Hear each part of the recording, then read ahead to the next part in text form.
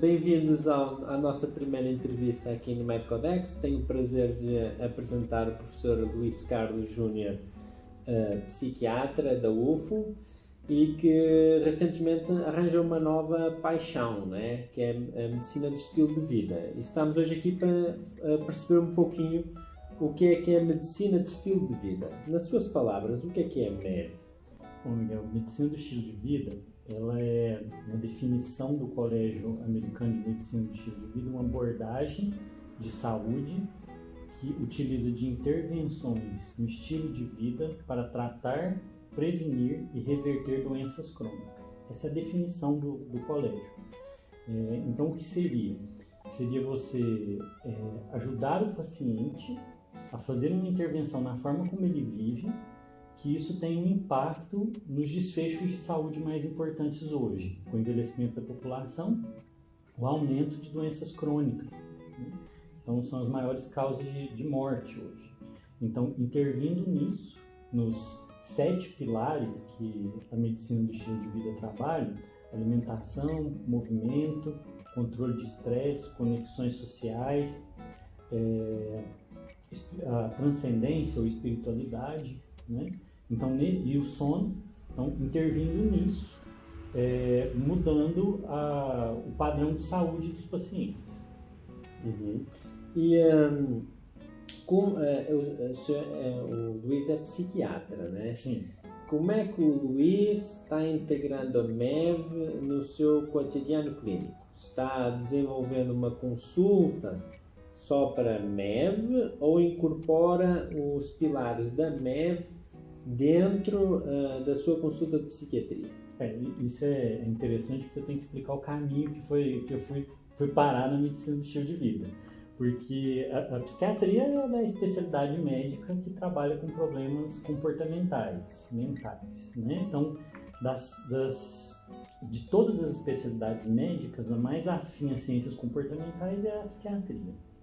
Mas você percebe pela prática, né, com os pacientes na saúde mental, que os transtornos mentais, eles têm uma influência ambiental muito grande. Então, não é só o biológico, as relações, né? Existem influências de toxinas que a pessoa usa, bebe, fuma, usa drogas, né? Problemas alimentares. Então, alguns casos, dentro dos transtornos mentais, a gente faz um agrupamento muito grosseiro ainda, né? Então, o que a gente vai chamar de depressão, né? Pode ser um grupo de doenças muito heterogêneo, e dentro desse grupo você pode ter deficiência de algumas vitaminas, de alguns minerais, alterações genéticas de vias metabólicas em que elas estão envolvidas, né? Tem a questão do estresse. Então, alguns pacientes adoecem porque o estresse no ambiente familiar, no trabalho, né, é muito grande, e ele tem uma fragilidade por isso. Então, como o estilo de vida pesa muito, eu comecei a entender que uma prática que fosse muito limitada à psicoterapia e medicação, ela não conseguia alcançar o tamanho do desafio, né? Então, eu comecei, antes de conhecer a medicina do estilo de vida, a estudar isso tudo, porque a minha formação depois da psiquiatria, o meu mestrado e meu doutorado, foi dentro da genética. Então, lá eu fui trabalhar com epigenética, com microRNA, expressão gênica. E é a parte da genética, né, o tópico da genética, que faz a ligação entre o ambiente e o genético mesmo, né, entre o DNA e o ambiental. Então, onde o estilo de vida interfere na expressão dos seus genes. Então, um dia, né, me dei com um livro, Medicina do Estilo de Vida. E foi uma coisa assim, como assim, né? Estilo de vida? Né? A primeira reação foi, de onde tiraram isso? A hora que eu peguei o livro, eu falei assim, nossa, isso aqui faz completo sentido. Né? Foi o livro do professor Grieger, da Austrália, que é um dos primeiros e mais respeitados livros aí de texto nessa área. E aí eu passei a sistematizar uma coisa que eu fazia de forma muito discreta, que era recomendar uma atividade física. Eu fiz especialização em nutrologia também, então eu já recomendava alguma coisa de alimentação, só que aí com a medicina do estilo de vida eu vi que há uma forma de fazer isso mais sistemático. Então hoje eu trabalho quando é uma abordagem, o paciente me procura só por uma abordagem psiquiátrica, né, de um transtorno mental, além do diagnóstico e do tratamento que se deve prescrever nesse caso, eu planejo com ele uma mudança de estilo de vida. E alguns pacientes que vêm especificamente por isso é uma abordagem um pouco diferente, em que a gente entra com técnicas do que é chamado de coaching de bem-estar e saúde. Então tem esses dois padrões. Luiz, então a gente tem o mesmo problema, né? Porque eu na minha consulta, eu também tenho muita dificuldade no engajamento dos pacientes crônicos, né? Hipertensão, diabetes, asma, DLPOC, a um programa sustentado, né? A gente dá umas indicações, mas o cumprimento toda a literatura leva sempre muito a desejar em termos de sensação tabágica, leva muito a desejar no engajamento dos pacientes, né? Eu falo por mim, mas a conversa que eu tenho com os meus colegas é que eles também não têm resultados melhores que os meus, né? Há alguma técnica que o Luiz poderia recomendar hoje para a gente implementar assim de cara na consulta que poderia melhorar o engajamento dos pacientes a um plano terapêutico? Miguel, a primeira coisa é assim, não existe deficiência de conhecimento e deficiência de técnica. Existe a literatura, existe a evidência científica, a questão é que ela não é conhecida dos profissionais de saúde, ela não é nem ensinada nas escolas médicas no mundo inteiro.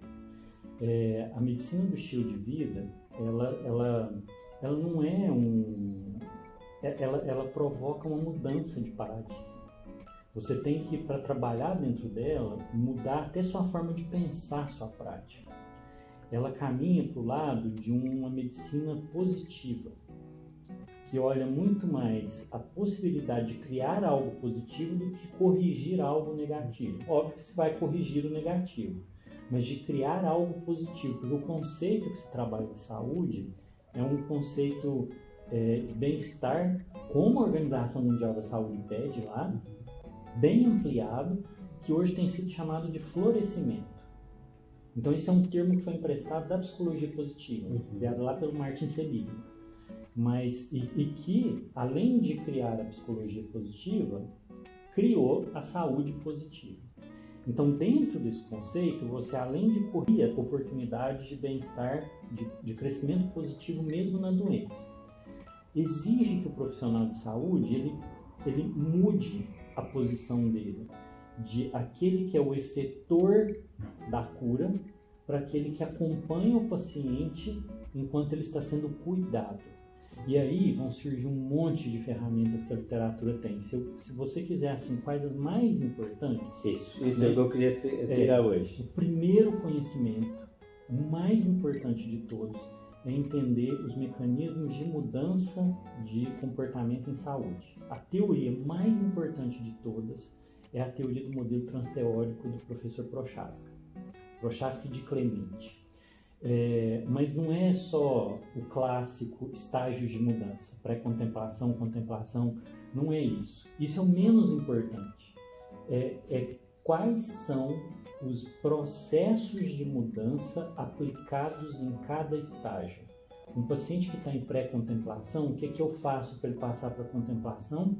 O que é que eu faço para ir em diante? Esse é o grande segredo do que o Prochaska descobriu e que ninguém fala, todo mundo só fala dos estágios de mudança, né? Então, entender isso e qual mecanismo entra em cada hora ajuda você a ter a paciência que o cuidado exige. Hoje, o paciente não dá conta de mais do que aquilo. Então, o que ele dá conta de fazer?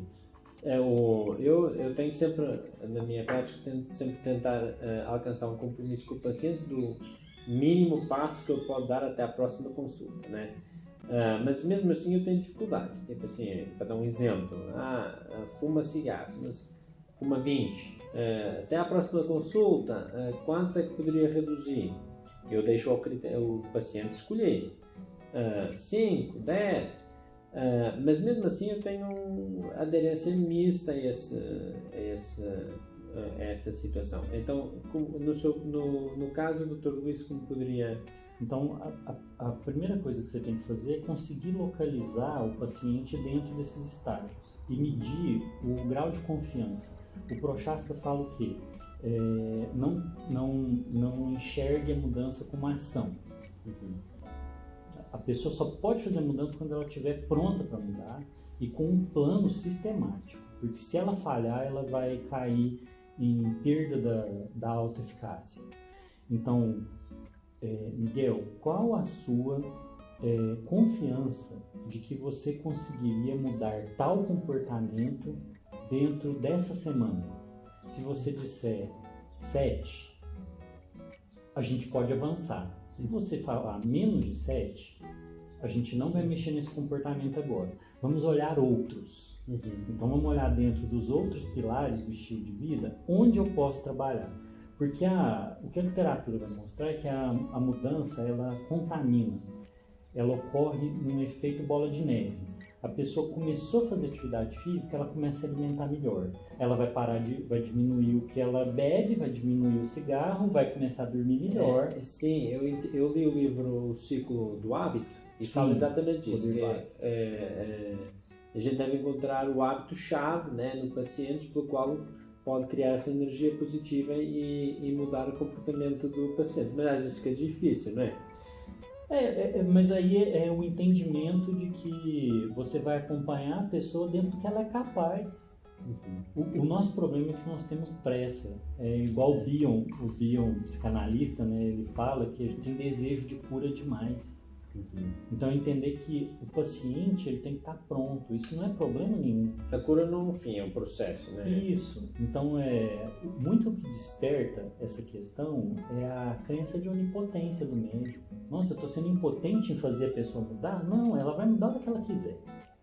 Então aí vai vir o segredo do modelo transteórico, aumente a consciência, aumente a autorresponsabilização, acompanhe a pessoa a fazer planos, meça a confiança, o grau de confiança da pessoa, não empurra ela para um plano, né? Então, esse é o conhecimento mais importante. E a ferramenta mais importante é a entrevista motivacional. A entrevista motivacional, ela é o modelo de comunicação mais adequado para o modelo transteórico. É a forma como eu me relaciono e o que eu estou exigindo do paciente. Ela só torna sistemático uma forma de relacionar na saúde. Perfeito. A entrevista motivacional é outro campo, é uma entrevista por si só, né? Mas das ferramentas que está incorporando na sua consulta de psiquiatria, quais são os resultados que já está tendo? Desde há quanto tempo está abraçando a MEV? A MEV há uns 6 anos aproximadamente, há uns 3 de forma mais intensa. E que resultados assim qual é a diferença entre o que fazia antes e o que faz agora? Em que é que se manifesta a MEV? A diferença é que eu vejo, né, e eu proponho para o paciente uma abordagem de saúde para ele que ele nunca viu, que ninguém nunca discutiu com ele. Então ele às vezes me procura por uma ansiedade e quando eu abro o leque de trabalho, né, a gente trabalha com 8 dimensões de bem-estar, né, o bem-estar físico, emocional, financeiro, até financeiro, ambiental, porque é causa de estresse. Eu conheço bem esse estresse. Todo mundo. Espiritual, no trabalho. Então, quando você abre isso e começa a investigar com ele onde a sua vida não vai bem, onde ela vai bem, o que você quer melhorar, a trabalhar com as forças dele, as forças de caráter, ele se empodera e ganha sensação de autoeficácia, você tem um campo de trabalho muito maior. Então, te oferece a oportunidade de não consigo curar uma doença crônica, mas eu consigo melhorar muito a vida do meu paciente. E é uma relação de outro nível, né? Assim, é difícil descrever a experiência que você tem de trabalho, porque ela é completamente diferente. E é mais gratificante para o muito mais, e os pacientes saem da consulta falando assim, nossa, revirou minha cabeça. A MEV então é relativamente recente, né? Porque estão acumulando conhecimento, né? Acerca do impacto do estilo de vida e de como fazer para promover hábitos de vida saudáveis. Mas nesse momento, quais são os tópicos que estão de moda, de voga na MEV? Primeiro, a MEV ela não é nova, assim, né? Quando a gente vai mapear onde que o movimento começa, ele vai começar aí com principalmente tem alguns outros nomes, Pritkin, mas o professor Ornish foi o que primeiro começou a publicar trabalhos importantes na JAMA, na Lancet, mostrando que um programa de mudança de estilo de vida intensivo, que educação vegetariana, controle de tabagismo, atividade física e controle de estresse dentro de um grupo, conseguia reverter, esse trabalho está publicado na JAMA mesmo, reverter obstrução coronariana. Outro trabalho que ele publicou mostrando o acompanhamento de 2 grupos de pacientes com câncer de próstata, um com o segmento tradicional e um aplicando o modelo de intervenção dele, mostrando queda dos marcadores tumorais no grupo que fazia e subida no grupo que fazia o tratamento convencional. Depois trabalhos mostrando mudança de expressão gênica. Então o Ornish ele movimentou muito esse campo, produzindo evidência científica, mas a grande virada foi o professor John Kelly, que junto com o grupo de saúde pública da Universidade de Loma Linda, que é a Blue Zone americana. Então as Blue Zones são as regiões no mundo que mais têm longevidade, né? E a Blue Zone americana é Loma Linda. Loma Linda, na Califórnia, é uma região basicamente habitada por adventistas que tem como base da religião uma dieta vegetariana, né? Então lá eles produziram trabalhos interessantíssimos mostrando queda de risco de 80% de diabetes naqueles que usavam a dieta vegetariana, né? E aí esse grupo, junto com o professor John Kelly, vendo toda a literatura, porque não é novo, né? A gente já investiga isso há muitos anos, né? Todos os guidelines médicos têm, primeiro ponto, mudança de estilo de vida, 2 linhas, e depois 100 páginas sobre a medicação. Verdade. Né? Então, o que eles pensaram? Vamos pegar as 2 linhas e fazer isso virar 200 páginas. Né? Então, foi essa a ideia. E aí nasceu o Colégio Americano e hoje virou um movimento mundial. Né? Os tópicos mais quentes hoje, né, que você tem discutido, são a questão de você discutir a dieta plant-based, então o menor consumo possível de proteína animal. Isso é um tema quente porque é uma briga contra a indústria da proteína animal, né?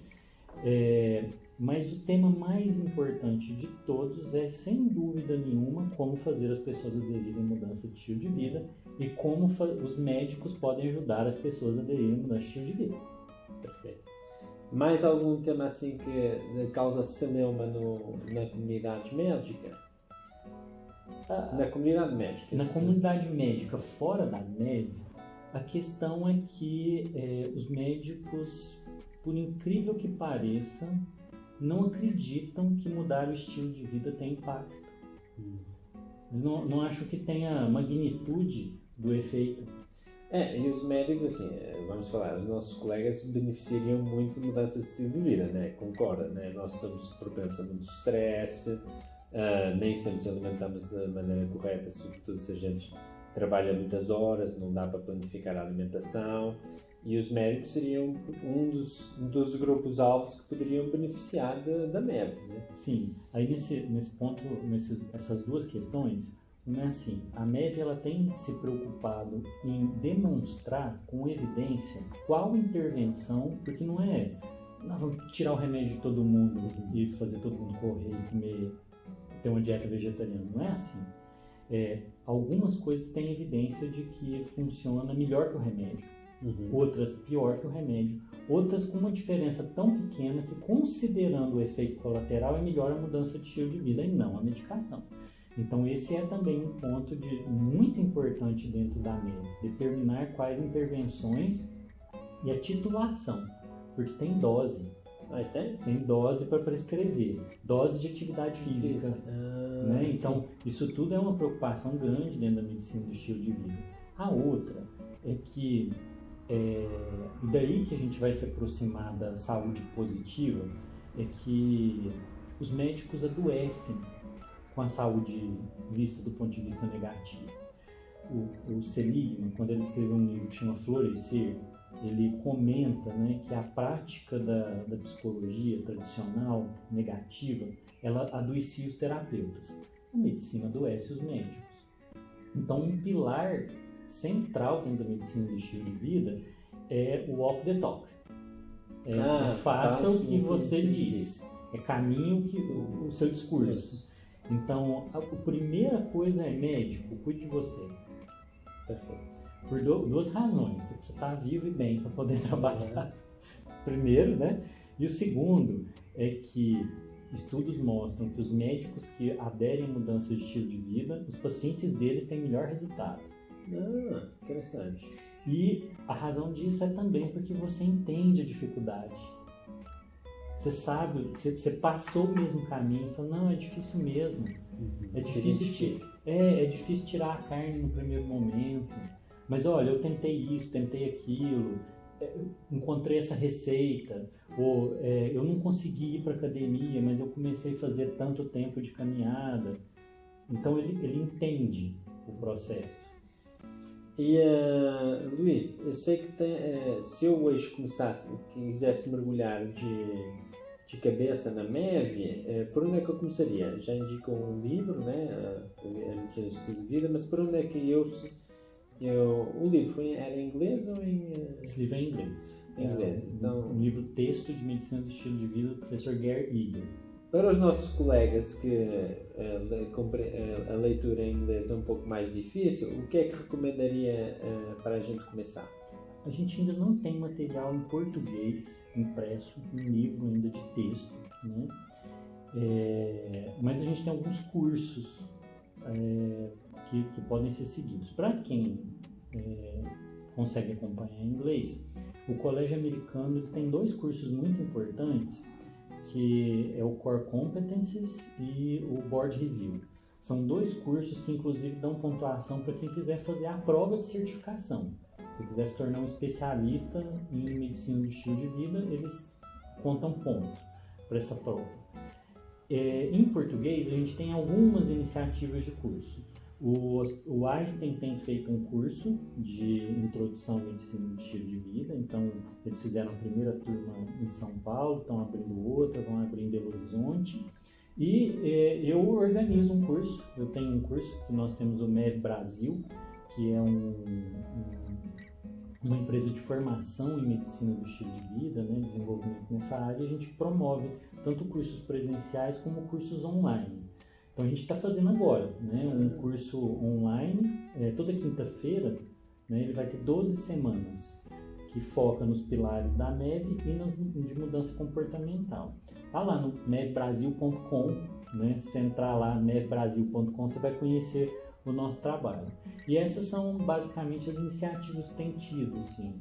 Então, está caminhando na infância aqui no Brasil. No Brasil ela está começando, a gente teve o primeiro congresso de medicina do estilo de vida o ano passado, em novembro, aí teve a criação do Colégio Brasileiro de Medicina do Estilo de Vida, o CBME, vai ter o segundo congresso já. Que muito bom.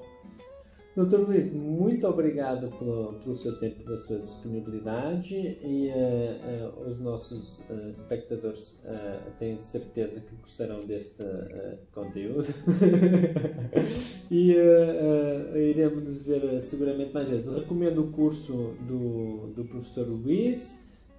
Vão então em mev.com.br Brasil.com sem BR. Sem BR. mev.com para de certeza que vai ser muito instrutivo e que a gente vai aprender muito e é uma ferramenta muito importante para a gente cuidar dos nossos pacientes. Muito obrigado. Obrigado pelo convite.